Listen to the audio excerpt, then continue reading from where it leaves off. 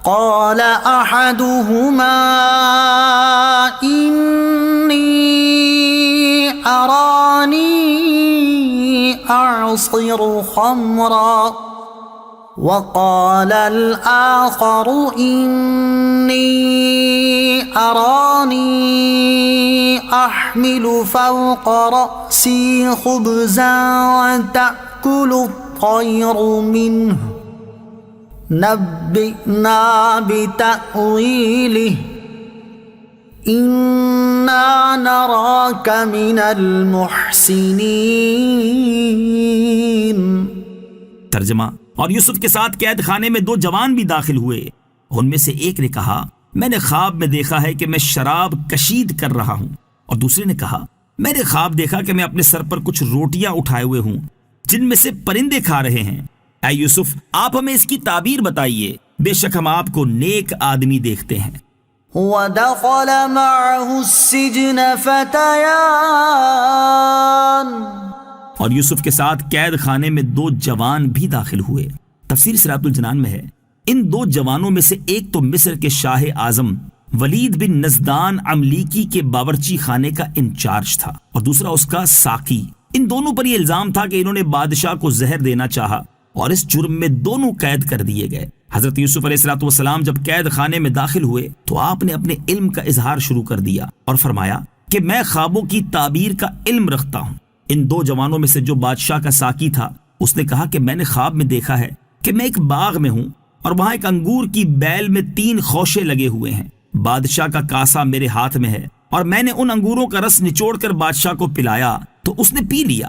دوسرا یعنی کچن کا انچارج بولا میں نے خواب دیکھا کہ میں بادشاہ کے کچن میں اپنے سر پر کچھ روٹیاں اٹھائے ہوئے ہوں جن میں سے پرندے کھا رہے ہیں۔ اے یوسف علیہ السلام، آپ ہمیں اس کی تعبیر بتائیں، بے شک ہم آپ کو نیک لوگوں میں سے دیکھ رہے ہیں کہ آپ دن میں روزہ دار رہتے ہیں، ساری رات نماز میں گزارتے ہیں، جب کوئی جیل میں بیمار ہوتا ہے تو اس کی عیادت کرتے ہیں اور اس کی خبر گیری رکھتے ہیں، جب کسی پر تنگی ہوتی ہے تو اس کے لیے کشائش کی راہ نکالتے ہیں۔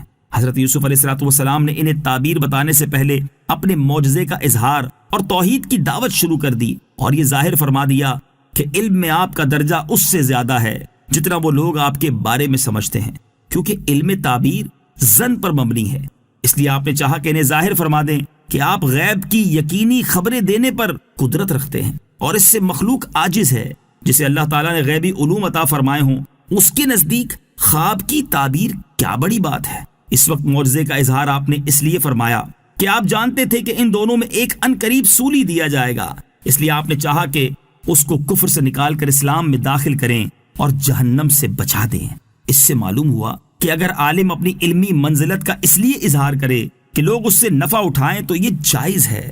سبحان اللہ، حضرت یوسف علیہ السلام کا جیل کی تنگ و تکلیف دہ زندگی میں بھی کس قدر پیارا اور دل نواز کردار ہے۔ کاش کہ ہم عافیت کی زندگی میں ہی ایسے کردار کو اپنانے کی کوشش کر لیں۔ قید کی حالت میں بھی تبلیغ۔ تاجدار رسالت صلی اللہ تعالی علیہ وسلم کی امت کے اکابر اولیاء کرام بھی جہاں عافیت کی حالت میں دین کی تبلیغ کا فریضہ سر انجام دیتے رہے، وہیں قید و بند کی صعوبتوں میں بھی انہوں نے اپنے قول اور عمل کے ذریعے تبلیغ دین کے سلسلے کو جاری و ساری رکھا، جن میں ایک بہت بڑا اور عظیم نام سیدنا مجدد الفسانی رحمت اللہ تعالی علیہ کا ہے۔ جب اکبر بادشاہ نے ملحدین اور بے دینوں کے ذریعے ایک نیا دین یعنی دین اکبری ایجاد کیا تو حضرت مجدد الفسانی رحمت اللہ تعالی علیہ نے ملک کے طول و عرض میں دین اکبری کے خلاف اور دین اسلام کے دفاع میں مکتوبات اور مریدین کی جماعت کے ذریعے اپنی تبلیغی کوششوں کو عام کر دیا۔ پھر جب اکبر بادشاہ مر گیا اور اس کے بعد جہانگیر نے سلطنت کی زمام کار سنبھالی تو اس نے اپنی حکومت مضبوط کرنے کے بعد حضرت مجدد الف ثانی رحمت اللہ تعالی علیہ کو اپنے دربار میں بلایا اور تادیب کرنے، تہذیب سکھانے اور دربار شاہی کی تعظیم نہ کرنے کو بہانہ بنا کر